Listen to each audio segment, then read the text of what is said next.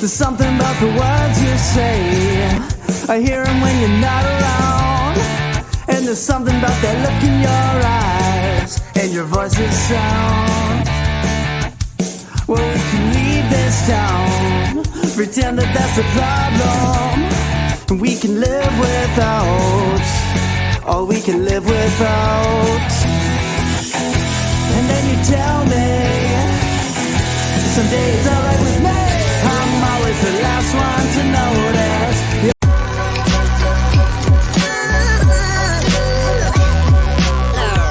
The following is a presentation of the Belly Up Sports Media Network.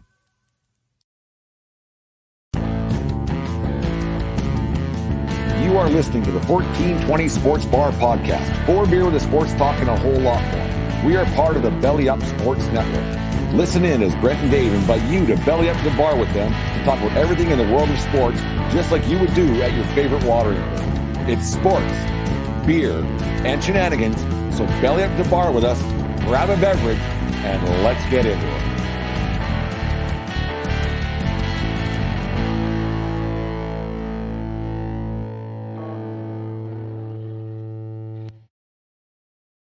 Showing everybody else that I'm going to do everything in my fucking power to win this game tonight. It's not to win the Stanley Cup right now. We're doing everything in our power to win this game, to win game 2 of the second round of the playoffs. And then, fuck, no. Like, that effort in overtime last night was disgusting. Awful. And that's a team thing. Like, I don't understand how someone didn't hit someone anywhere. Well, that's a good point, Dave. Like you watch when that zone entry late in overtime. Like we're not a fucking Bennett was just hanging out by any means. He hung out and waited for a line change. Everybody was waiting for someone to hit Reinhart, and no one did. Like everyone else was waiting for it to happen, and didn't happen. Like it. After 3 icings in overtime. I feel for Leafs fans who are gonna go out and spend money again next week. You got a bunch of losers on that team. Because if they win a game, I'd rather they just forfeit the next game and say, you know what, we're done. Fuck it. No, fuck them. Yeah, I picked the Leafs Oilers as well, but fuck that team. I didn't watch a ton of that thing. I think they got lucky against the Lightning, but that. And I didn't watch it. I haven't watched a ton of this series. They might have got unlucky. Like, it's all been 1-goal games. But that fucking shit in overtime last night, that's a team that has no desire to dig deep and win. That's what I saw last night. So, Dave, is this a point? Let's just segue how this works out. Is this a thing now that, these guys aren't young anymore. Young compared to me and you obviously is young, but is this a thing where it's at a situation now where you see a lot of these players now who are in the academy age, and they're of the playing for whoever teams and whatever else, spring hockey, summer hockey, whatever it might be, spring baseball, blah blah blah, where they don't really care if they win or lose. It's all about the brand a lot more than it ever has been. And you see, I'll pick on Mitch Marner all night long. I don't give a fuck. He'll never listen to the show, and people who like him probably don't listen to our show anyways. But Mitch Marner's on all the commercials. He's on all the fucking skip the dishes here, there, and everywhere. And he's been awful. He's been awful. Because what's it to him? What's it to him? He's rich beyond belief. He has he's got contracts no matter what. He's got 100-point seasons, National Hockey League. Is this a point where we're seeing a lot more of these entitled little pricks whose parents pay their way through things and find a way to play because they have a little bit of talent but get pushed through? Are we seeing the height of the academy kids right now? It's interesting. You know what I mean by that, right? Oh no, we probably just lost nine or 10 listeners right there, but whatever. Well, no, it's great that normally we start the podcast and you ask me how my weekend was, and it was good. It was But on Sunday, like it rained all day. Saturday, which I was planning on doing my yard work, but then it was yard work day on Sunday. And then what I do when I do my yard work, I put podcasts in my ears, and I had some different sports podcasts, and this one podcast was talking about they're around our age and they have kids in sports, and they were saying like we want our kids to be successful. They're like, they're not great. They're not going to be first round draft picks. They're not even going to go to college. But how do you put the dog in your kid? How do you put the dog in your kid? How do you make him want? Because they're out there enjoying themselves and trying their best, but they were discussing themselves of like, and that was me. Like it really rang true for me. As I was never the most skilled guy on the soccer field, never. And I got to a decent level of my, with especially with my ability, but I dirtied the game. I tried really hard. I was able to read the game. I was willing to do stuff to take the skill out of the players of the other team. Like, does that make sense? I was able to. I was always one of the guys that would be on the most skilled player of the other team because I was willing to dirty it up. I wasn't cheating, but I was a very physical player, and in soccer, guys that like to dance around with the ball and stuff like that, they don't like a guy being physical with them. And so instead of that person being able to expose their skills and work us, I would fucking drill them physically on the soccer field. And like, so I was willing to dirty the game up. I was willing to use my understanding of the game and understanding of who was good and fuck their game up. Kids these days, like especially the martyrs and stuff like that, are they willing to fuck someone else's game up? Or they No. always were like, oh no. Like, but like, so like it's players like me, like, so they're making $10 million. I'm making the league minimum, but I'm fucking their game up because I'm putting a stick in their on their The laces. spokes Yeah, and their exactly. BMX. Yeah, I'm putting an elbow in their kidneys. I am slowing them down. I see them get off the bench, and I put my ass in their fucking junk.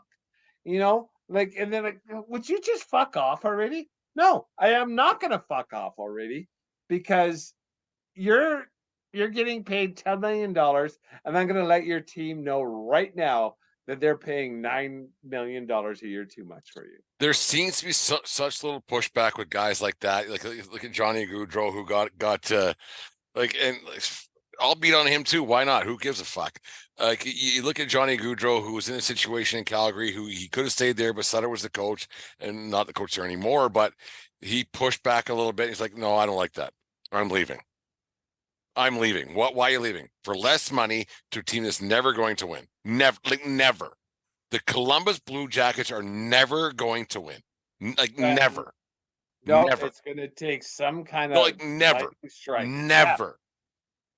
Yeah. The only guy who's going to sign in Columbus on purpose is going to be Johnny Gaudreau. And then the draft lottery didn't go their way tonight, so Bedard's going to Chicago. So then you have guys like, and they all seem to be this.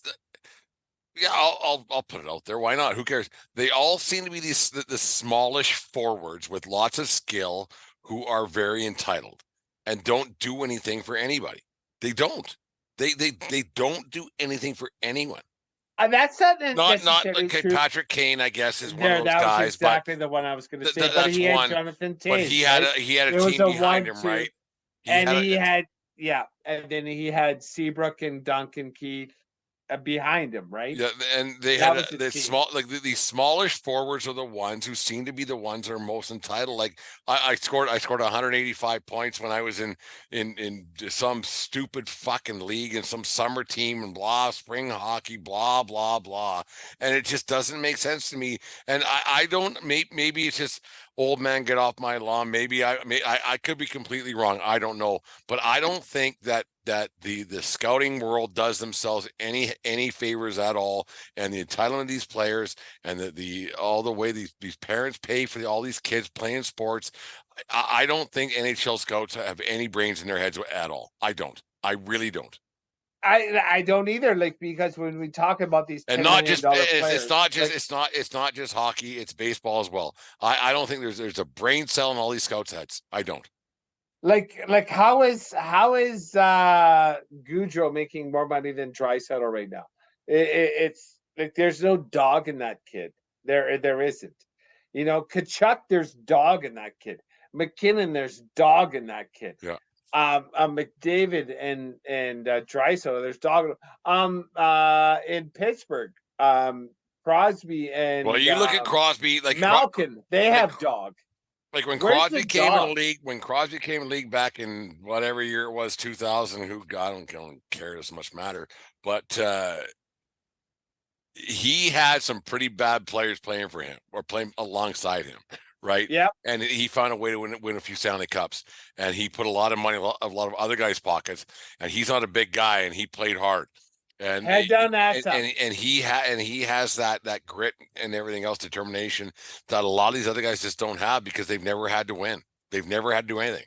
And I'm like I am so anti academy. I'm so anti these travel blah blah, and I think we're going to see a lot more of these kids and a lot more of these teams that have these quote unquote all-stars who aren't very good when it comes to a team situation. They'll put up stats like you won't believe all year long, but it comes down to winning and putting a team on your back. They don't fucking got it. They don't. Because you see so many kids that are great players, but you know what? How good are they? How good are they? Can they really help your team win? They don't care who wins. This isn't an all-star competition, right? We're not. But that's all these kids play nowadays is all-star competition. But that's all they play. But you know, and that's the thing. Like, how do you find that dog in your kid? How do you train them to be not just a skilled athlete? How do you train them to be someone whose desire is to win? Because I don't know where that happens anymore, right? Because I think it matters from sport to sport. Because in the NHL, I think we're both agreed that it's a fairly privileged sport right now, and fairly privileged kids are the ones that are making it to the NHL. When we come to the NBA and the NFL, these kids are coming from places that NBA is a little touchy. I'd watch it. With that no, one. but no. Yeah. But their ability to make it to the highest profession starts with them being in a high school league, right? So there's not a significant outlay of cash for them to be able to play in the sport. And so they're actually working hard to be the best at their sport. Whereas in hockey, I believe, and even it's becoming in baseball too, that it's not that your actual talent at a young age and the exposure to talent at a young age. It's the ability to be able to develop your sport at a young age. I think you said it best, Dave. Like you said, like when these kids are playing for their high school, like for basketball and for football, they're playing for their high school a lot more. Whereas here in Canada, you're playing for God knows, I don't even know who the kids don't even know they're playing for anymore. Like they're going from this team to that team, this team to that team. They don't know. And so which is hockey and baseball, right? So winning is such a non-factor. It's all about their own stats, and it's all about their own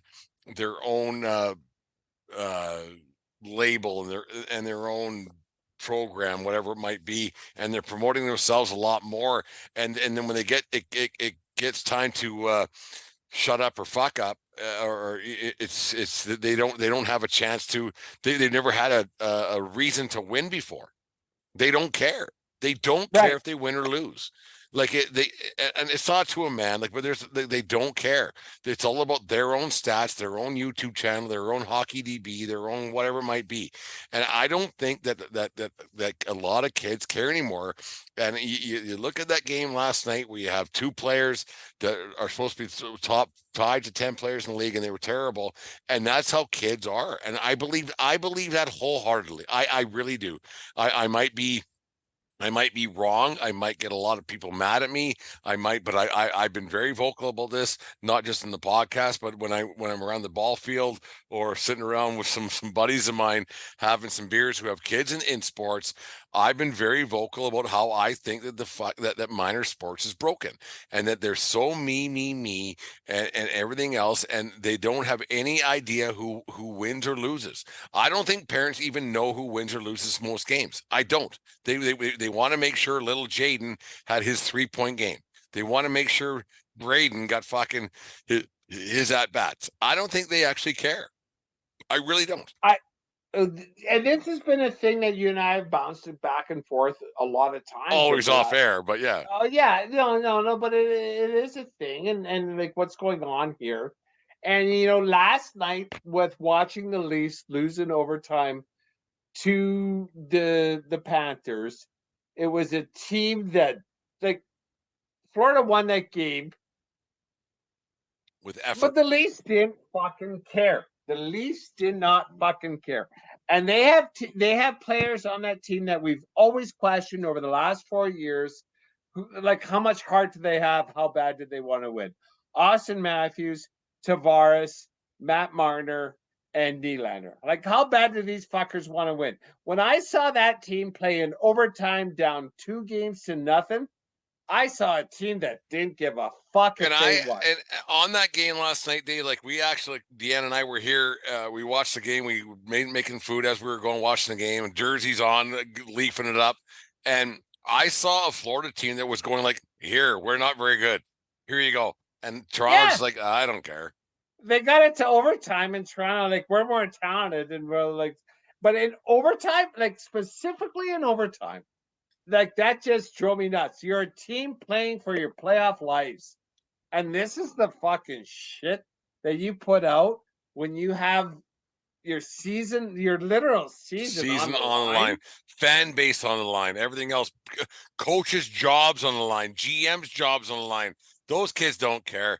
Dubas is done because he's a dead duck manager right now because he's got no contract next year. They're going to fire Keefe because that's what you do when the pricks don't fucking want to work, and they're done. So these little cocksuckers get their way every time. If I was an owner, and I would go to Tampa Bay Rays way of things, get guys who want to win, get guys who want to play, find guys on contracts. Let's do it this way. Save money, because you know what? What's the point? We lost with you or lose without you. Who cares? Yeah. $3-5 million guys. And honestly, I like, as much as Leafs Nation, Oilers Nation, Flames, whatever, as much as Leafs Nation would want their team to finally win a cup, I think that they would be much more respectful and much happier with a good effort from a bunch of guys who were trying every night. The Wendell Clarks, but back in the day, the Darcy Tuckers, like those guys who played hard every night, but bashing heads. I think they'd be much more appreciative of guys playing, trying to win every night, than a bunch of little cocksuckers who don't care. I believe that. You know what? Our team didn't win, but you know what? We tried. We shit on Tampa Bay for their 2.5 Stanley Cups, but that was a team of elite, talented people that were playing to win the cup. They were playing for each other. They did the right thing. That Blues team. That Blues team was fucking awesome. How can you not love a team like that, right? There was no superstar that did it, but they were doing it for each other. And then if you can, I don't know how you do this, but if you can ever assemble a team that's doing it for the people in the room, not for the people in the head office, then you got a fucking team. And the fans are going to get behind that, and then it's going to feel so good for everybody. So who's to blame?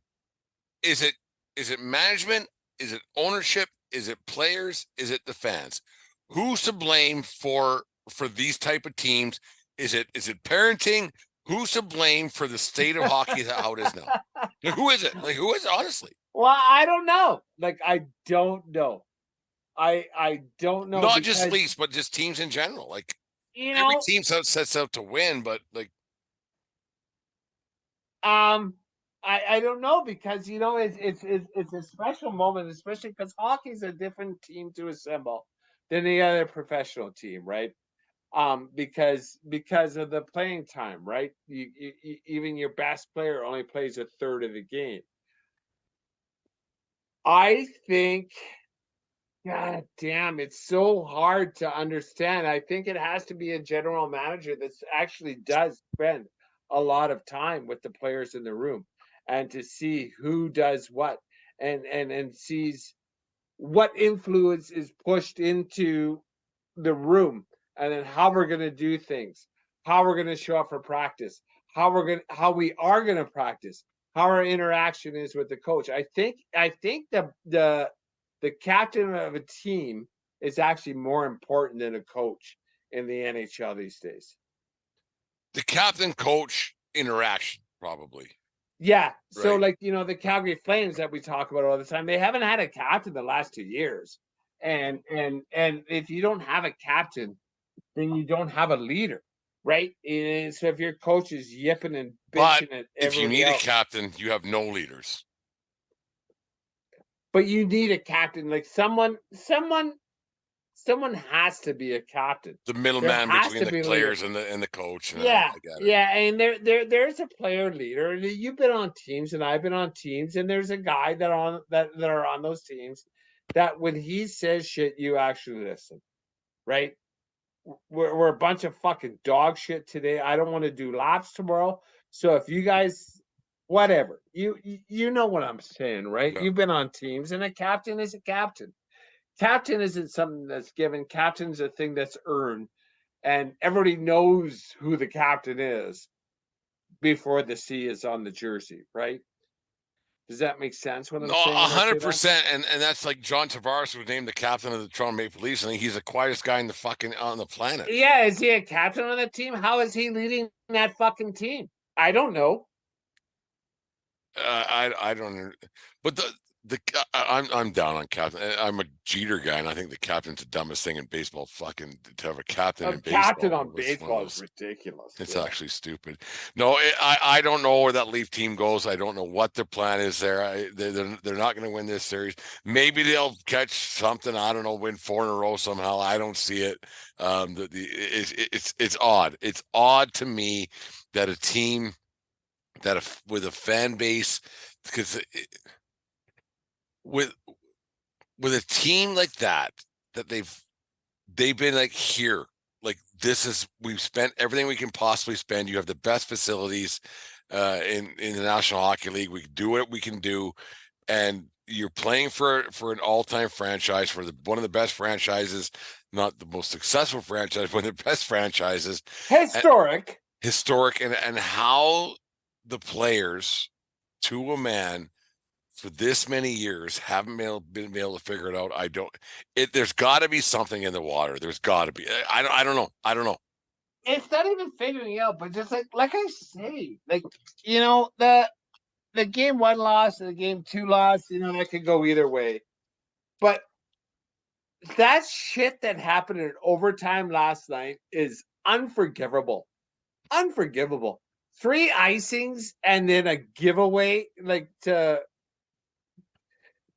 the goal itself. Maybe that should have been saved, but I'm not going to bitch at the goalie at all. No, that's not I'm on gonna. him at all. That's not on him. Like, but to give a guy that much time after 3 icings, like, it's just the fucking mental focus in overtime is unforgivable. Is there something you like in other sports? I mean, like the Cubs won one finally. The Red Sox won one finally. Football, I mean, there's teams like. Is this something that's, because it's not like they've had bad teams, right? It's not like they've been terrible teams, and yeah, 67 years is a long time, and I get that, or whatever it's been, but Can you compare this to, because the Cubs had bad teams, right? That's why they never won. The Cleveland Indians had bad teams. Can you compare this to anything else in your head, Dave?